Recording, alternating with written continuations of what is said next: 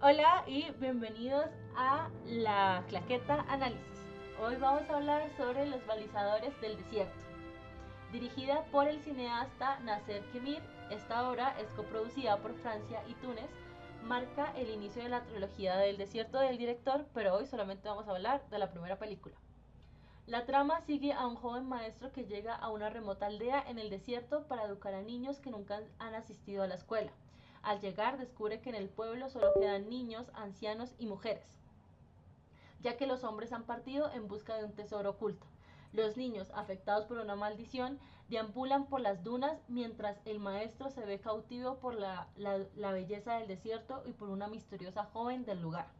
La película combina elementos del realismo mágico y poesía visual para explorar temas como la búsqueda del sentido, la traición y la conexión humana en medio de la vastedad del desierto.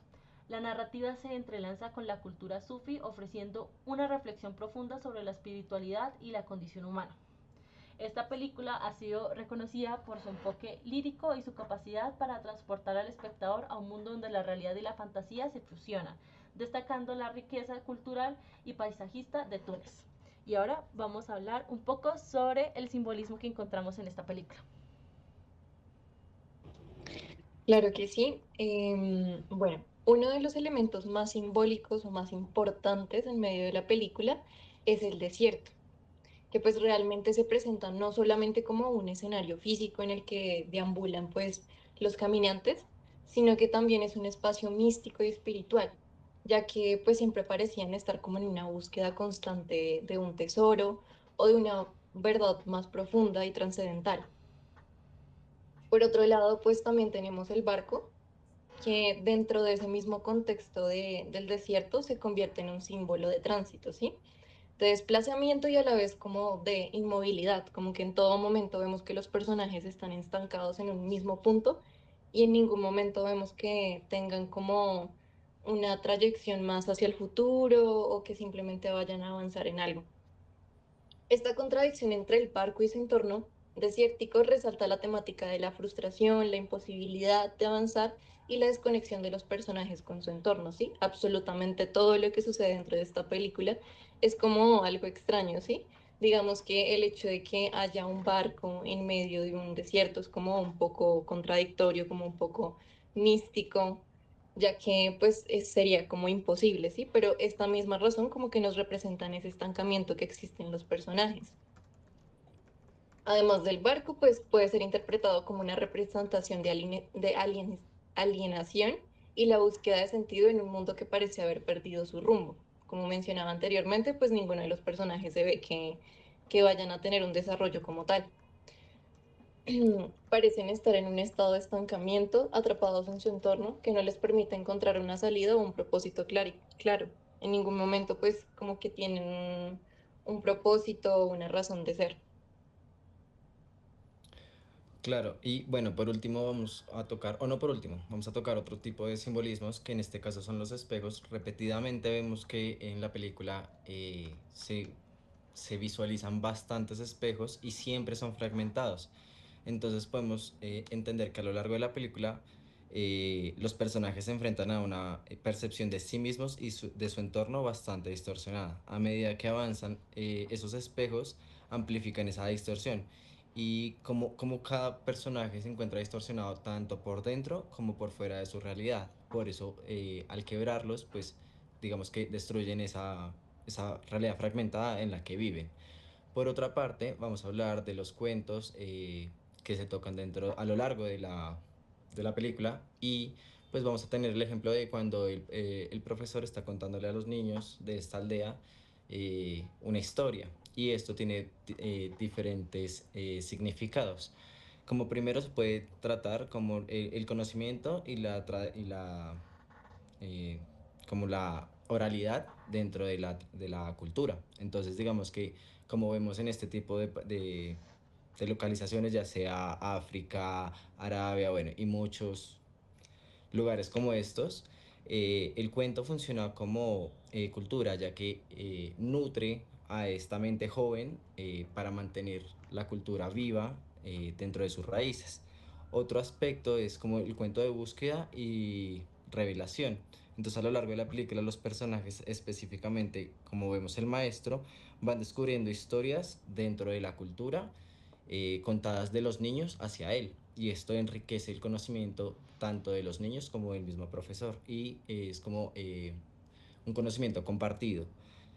Otro tema que podemos ver es la conexión con la espiritualidad y el mito, ya que siempre los cuentos son contados, los cuentos, perdón, las historias son contadas de cierta manera que tengan ese exaltamiento de la realidad para darle un aire o un toque místico para que tengan como más fuerza a la hora de llegar a la persona que se está comunicando.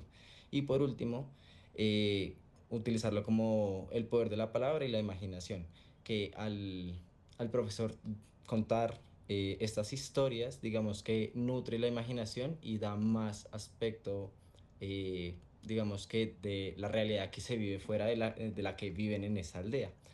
Por último, no sé si Ivana me quieras ayudar de pronto con el tema del tiempo y cómo, pues, cómo lo notaste tú. Claro que sí. Pues mira, básicamente el tiempo yo lo vi como la misma metáfora del barco, ¿sí?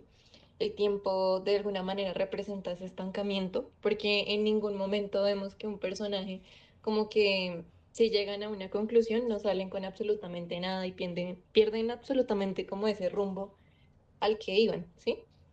Digamos que de alguna manera terminan como en un laberinto sin salida realmente. De hecho, no sé qué opines, pero pues en todo momento, ahora que lo recuerdo, en la película mencionaban o hacían un énfasis completo en el movimiento del mar, ¿sí? Y pues yo lo relaciono mucho como el movimiento de ver otras cosas, como de empezar a ir hacia un rumbo, tener como una proyección más allá y no quedarse estancados. Así que pues la mayoría de los personajes mencionaban como eso del mar, en que siempre está en movimiento, pero pues ellos realmente están como estancados, como metidos en un laberinto sin salida. Ok, pues hablando de los personajes, tocas un tema de como que los personajes van y vuelven y pues siento que es como un tiempo cíclico en el cual siempre van a llegar a un punto y ya sea por la realidad en la que viven, el entorno, el desierto, bueno, diferentes aspectos, el personaje siempre colapsa para volver desde sus inicios y siempre es inicio, fin, sin tener una variación. No sé, Valeria, que de pronto nos puedas decir, opinar al respecto. Pues me gustaría de pronto que habláramos un poco de la narrativa de la película, o sea, de pronto ustedes cómo sintieron esa narrativa cuando veían la película, si era lenta o si era rápida, si manejaba como dinamismo, si te hacía quedarte viendo la película o realmente si era como, ay, no, qué pereza. Pues realmente, como lo mencionábamos con todos los simbolismos de estos elementos puntuales de la película, realmente es una película con un estilo de montaje bastante extenso, bastante como largo, sí, y digamos que de alguna forma como que desconecta, y es precisamente porque tiene muchas metáforas que son contradicientes con lo que está sucediendo en la película, con el contexto.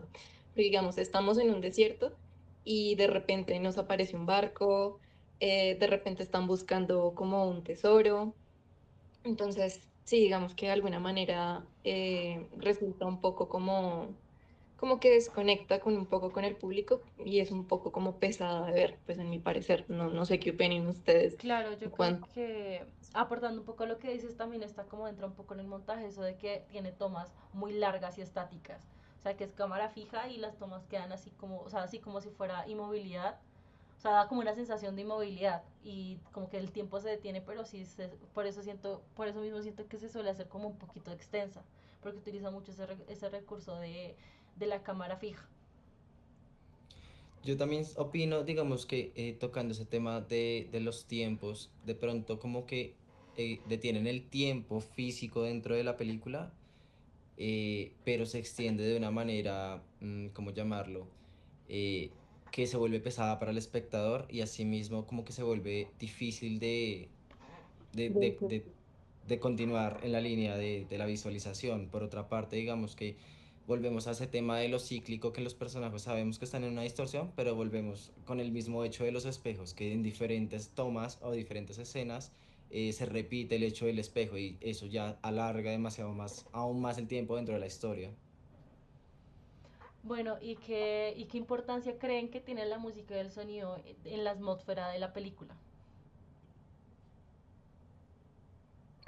Pues considero que es casi lo mismo como lo que habíamos hablado incluso en otras películas, y es como ese seguimiento que le hace a la vida de los personajes, ¿sí? En lo que nos muestran, como irnos contando algo sobre la búsqueda de un tesoro, como de un estancamiento, como de algo que no podemos ni siquiera ver, ¿sí? Como que de alguna manera siempre es como un mito lo que ellos están buscando, y pues siento que la música le da como ese sentido de narración.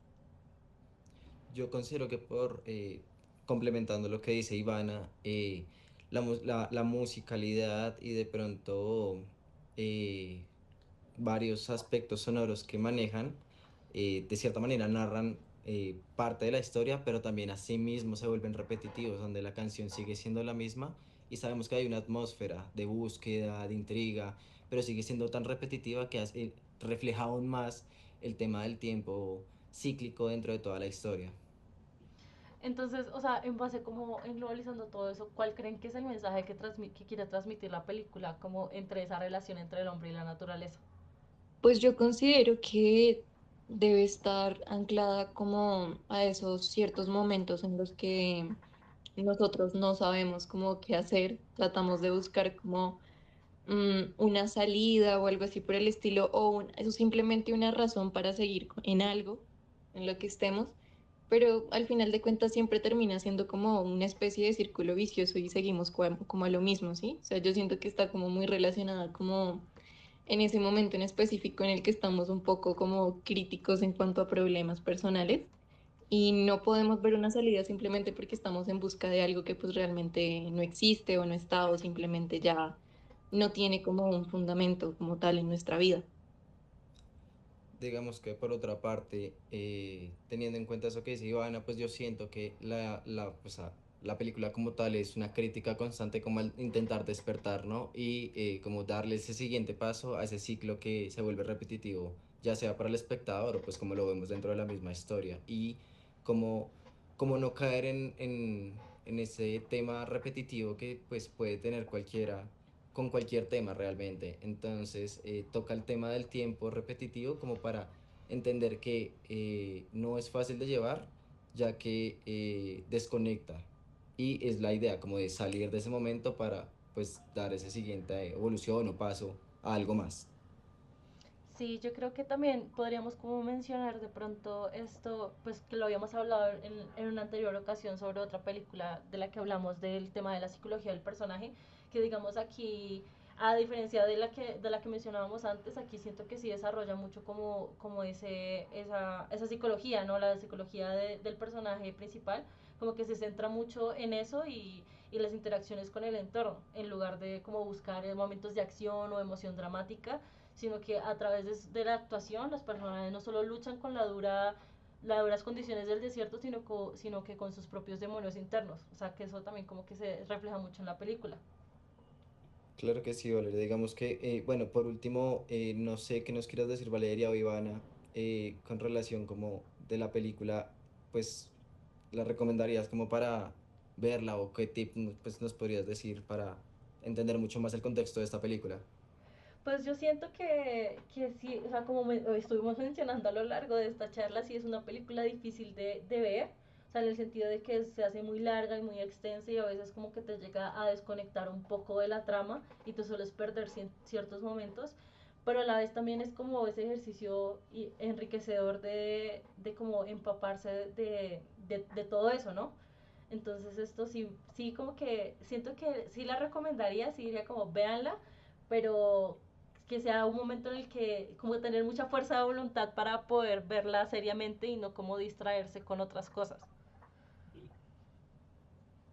Sí, y de hecho precisamente eso es algo que tocábamos en clase, y es que se debe tener mucha fuerza de voluntad también para como entender estos simbolismos ocultos dentro de la película, porque digamos como se sabe que es algo irreal y lo sabemos desde que empiezan con la búsqueda de un tesoro y pues realmente no encuentran nada, no hay nada. Y pues sí, o sea, como que eso lo hace como un poco complejo para el entendimiento del espectador.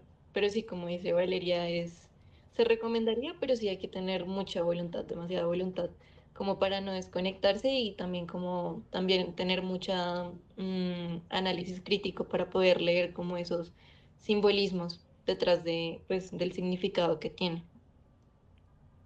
¿Algo más que quieras agregar, William? Yo consideraría de pronto tener pues claridad dentro de que la película es demasiado simbólica y eso ayudaría a que como el espectador o bueno la persona que lo esté viendo entienda muchas cosas que al extender el tiempo puede llegar a perder el hilo. Entonces como de pronto leer un poco antes de sobre el simbolismo de la misma película y así tener un poco más de claridad a la hora de verla para que no se vuelva tan pesada para el espectador. Bueno, muchas gracias por escucharnos el día de hoy. Espero que nos encontremos en una próxima ocasión aquí en La Claqueta Análisis. Bye.